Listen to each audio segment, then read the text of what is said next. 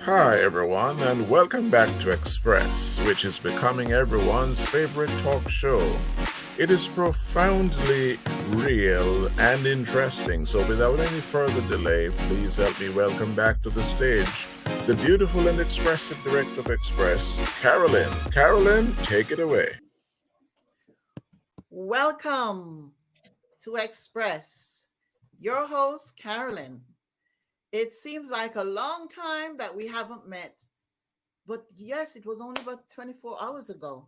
Thank you so much for your time. And I'm here to with a guest. I'm excited to introduce you to my guest, who is Dr. Canute Birch. Before I invite him in, anyway, I'm just going to remind you that you can touch that like button, share, and also subscribe so that you can be inundated with the contents that we share every day. Thank you so much for being here. For the visitors, wow, thank you for stopping by. And for those who have been following me, please, thank you again and welcome again. Let me introduce to you now my guest, Dr. Canute Birch, a multi-million-dollar real estate sales agent at X Realty.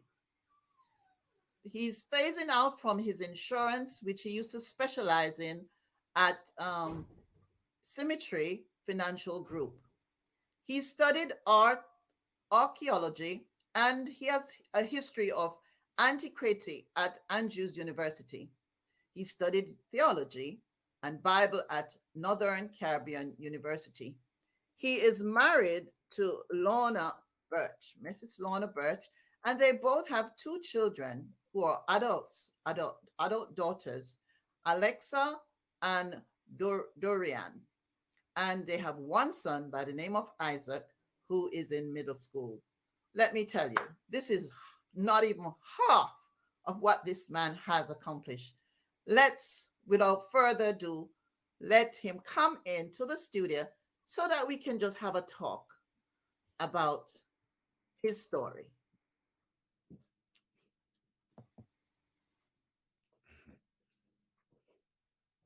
Hey. Welcome. Welcome, Canute. It is a privilege to have you here. I know you're a busy man, so it is a privilege to have you here to tell your story. So, how have you been? Hey, wonderful. Uh, So, so happy to be alive and feeling healthy and well and just enjoying a beautiful day here in Uruguay, Tennessee. wow, great, great. Now, I always ask, I know you're from Jamaica.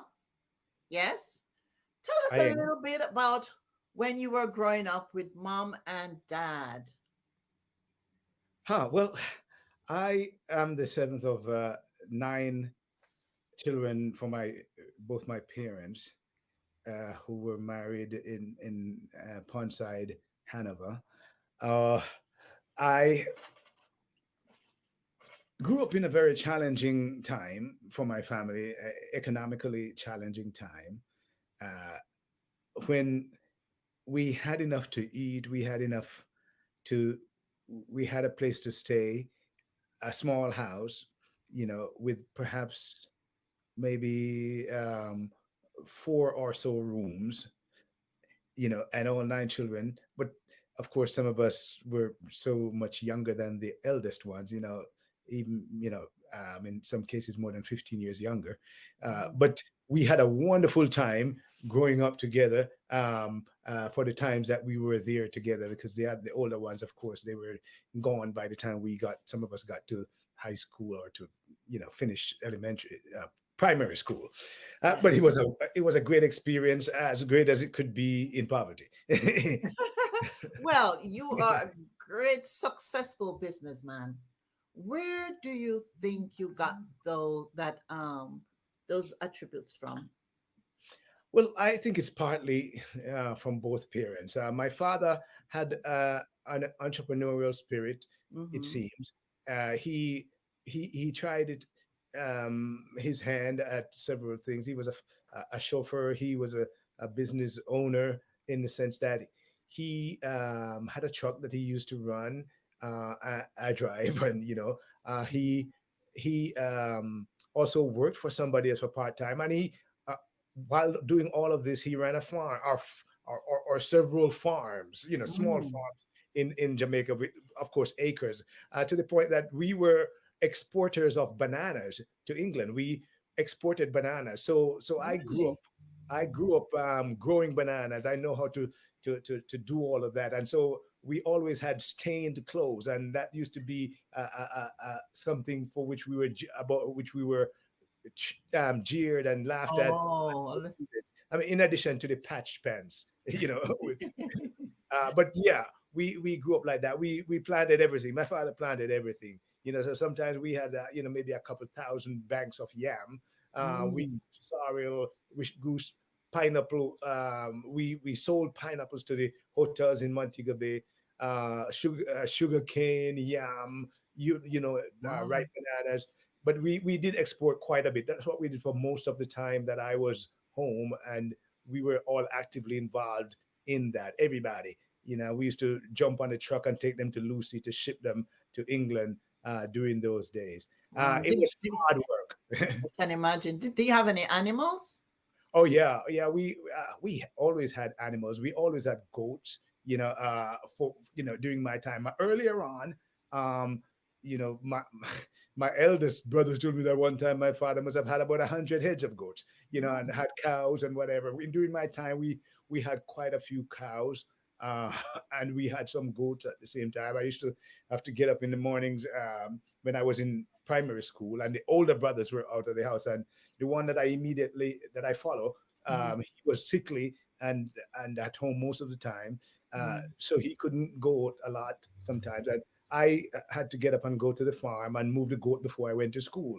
Mm. So I know what the Jew water story is. To get wet before you go to school. But I came home and changed before. I Wow. I couldn't go to school like that. Uh, so yeah, I grew up doing all of that. We had a very great time as siblings. We loved each other. We fought physically Mhm. and everything, but we always loved each other and kept that bond between us. And you couldn't break through. Mm. Nobody could break through. Wow. So you were the seventh of nine, you said? I am, yes. Mm. Or you are, I should say. Yeah, Yes. you are the seventh of In nine. fact, come to think of it, I am thinking now that I forgot to say that there was a tenth that followed me, Mm. immediately followed me, and he died. I Oh, didn't know him because I just heard about him. He must have died when I might have been about two or something like that. 1.5, two, or no, well, no, he must have died when he was about that age, and I perhaps was about 3 or 4, but I have no recollection whatsoever of him. I understand he was a fine young man, but whatever it is that of which he mhm. died, he died. I also, my father did have other children before he was married. He had Okay. 3 older sons that I never, only one of them I knew during my growing up years. Only one of them was around. The other two were in England and America. Mm. So I didn't know them until later in life when I Right. was done with college. Okay. Mhm. So seven. So seven siblings But before you. You had to look up to seven siblings. Did any of them motivate you? Tell me, because you had. It's not of like you course, were the first. of So course, they also. give me a little idea about that. I And then learned you a lot go from on them. to going to I learned a college. lot from them. Oh yeah, I mean, I guess they were the reason behind my ambitions. My wanting to get an education, my wanting to do things that were intellectual. They would come home and talk about, and several of them went to Harrison High School. My eldest sister, my eldest brother, then about two more after that, they went to Harrison, a high school. In fact, I had got a scholarship to go to Harrison, but I didn't go. Yeah, so they were very educated. They had, by the time I got to college, they had gone finished teachers college. Monique teachers college for one of them, and Michael. The rest of them went to Michael College. Maybe about five of my siblings um, went to Michael College. Mhm.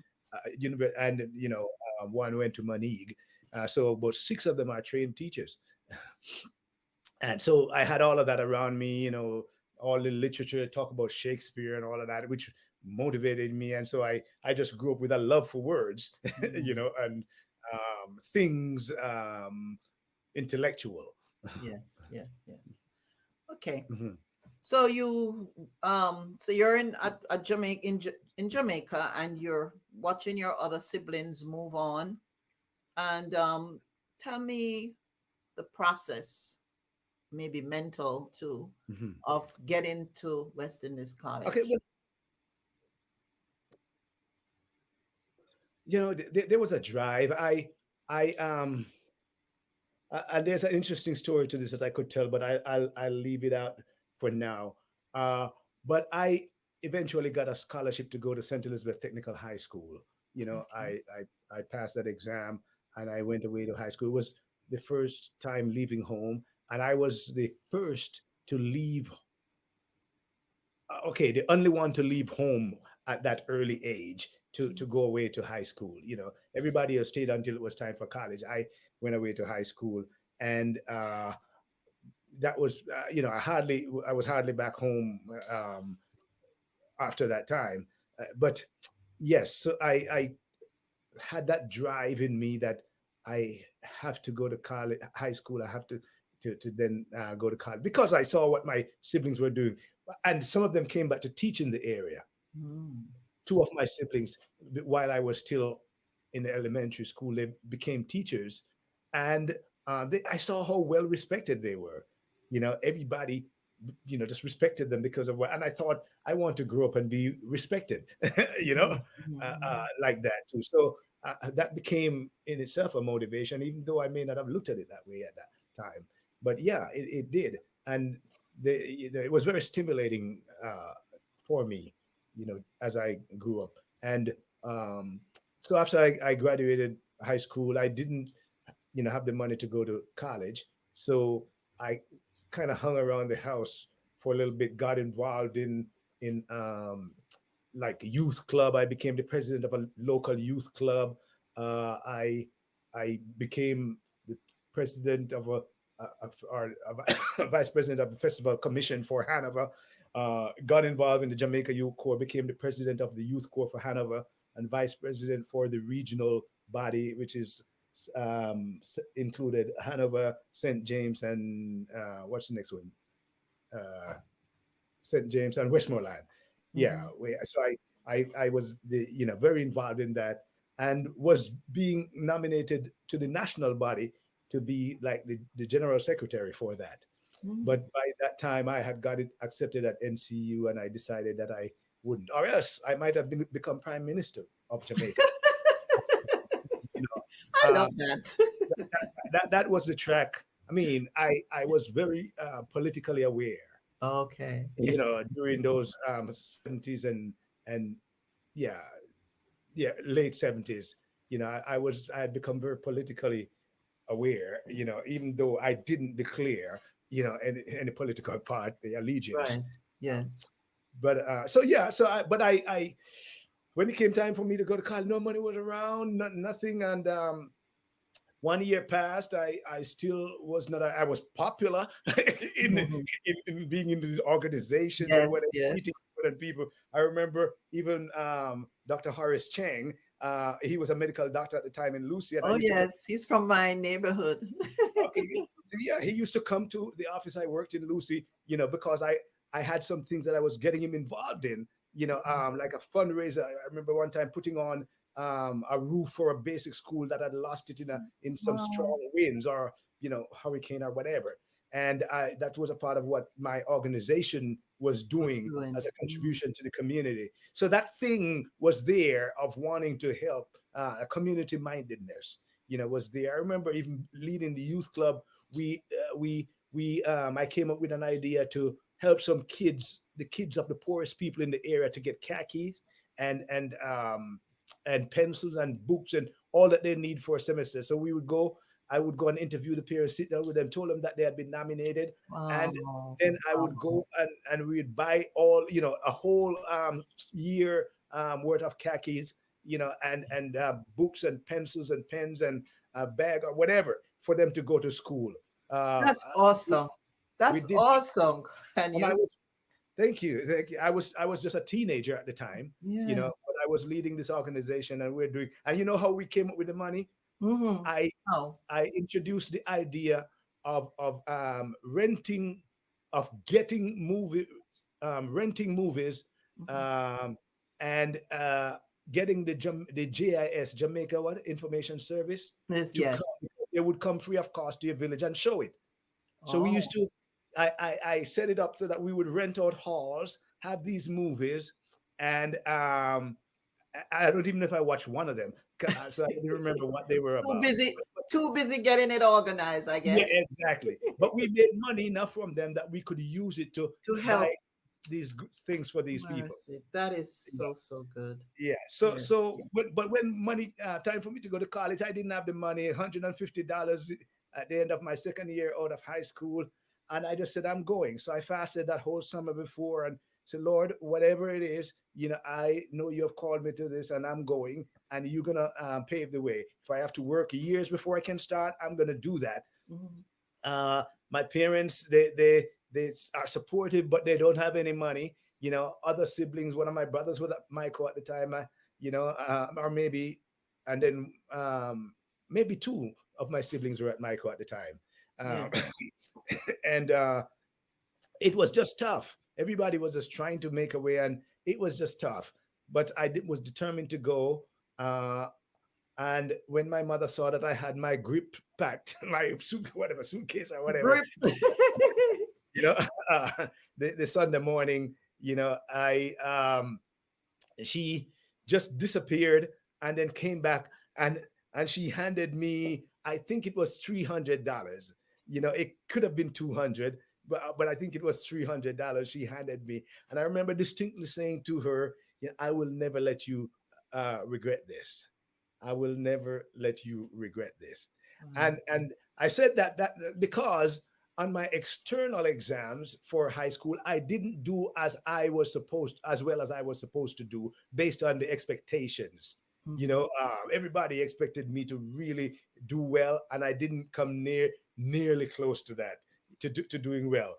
I did very poorly. I did fine in school, but when it came to the externals, I just made a mess of it.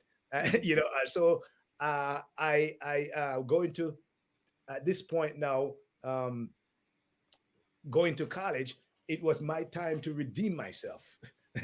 That's how I looked at it.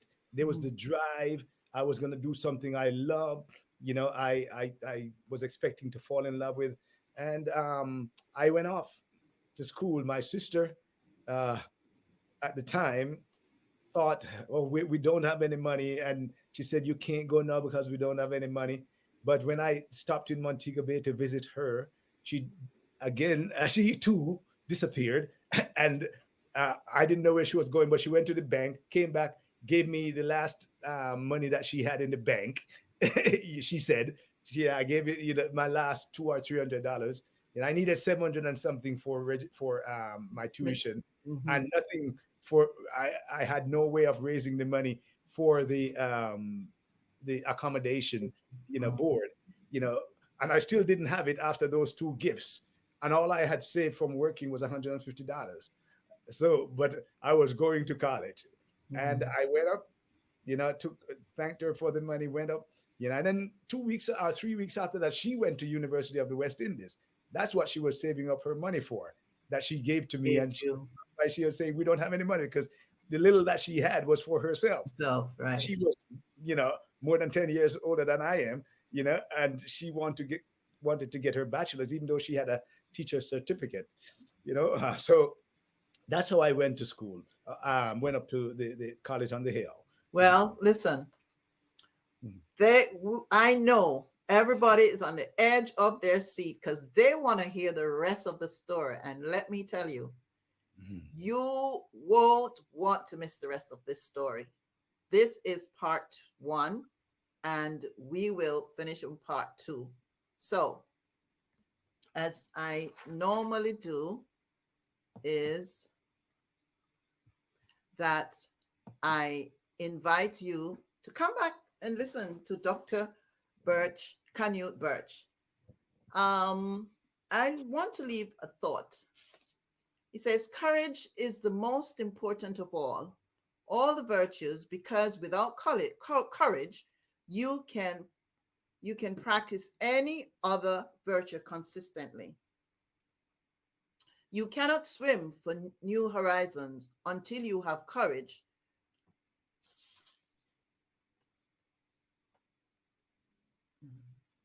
to look side of the shore. Courage is the most important of all the virtues, because without courage, you can practice any other virtue consistently, and you cannot swim for new horizon to look until you have courage to look side of the shore. The best way to not feel hopeless is to get up and to do something. I am not sure. The author is unknown who did that quote, but basically it's saying here, you've got to have courage. So until then, we'll see you tomorrow. I'm saying bye bye. This is Carolyn.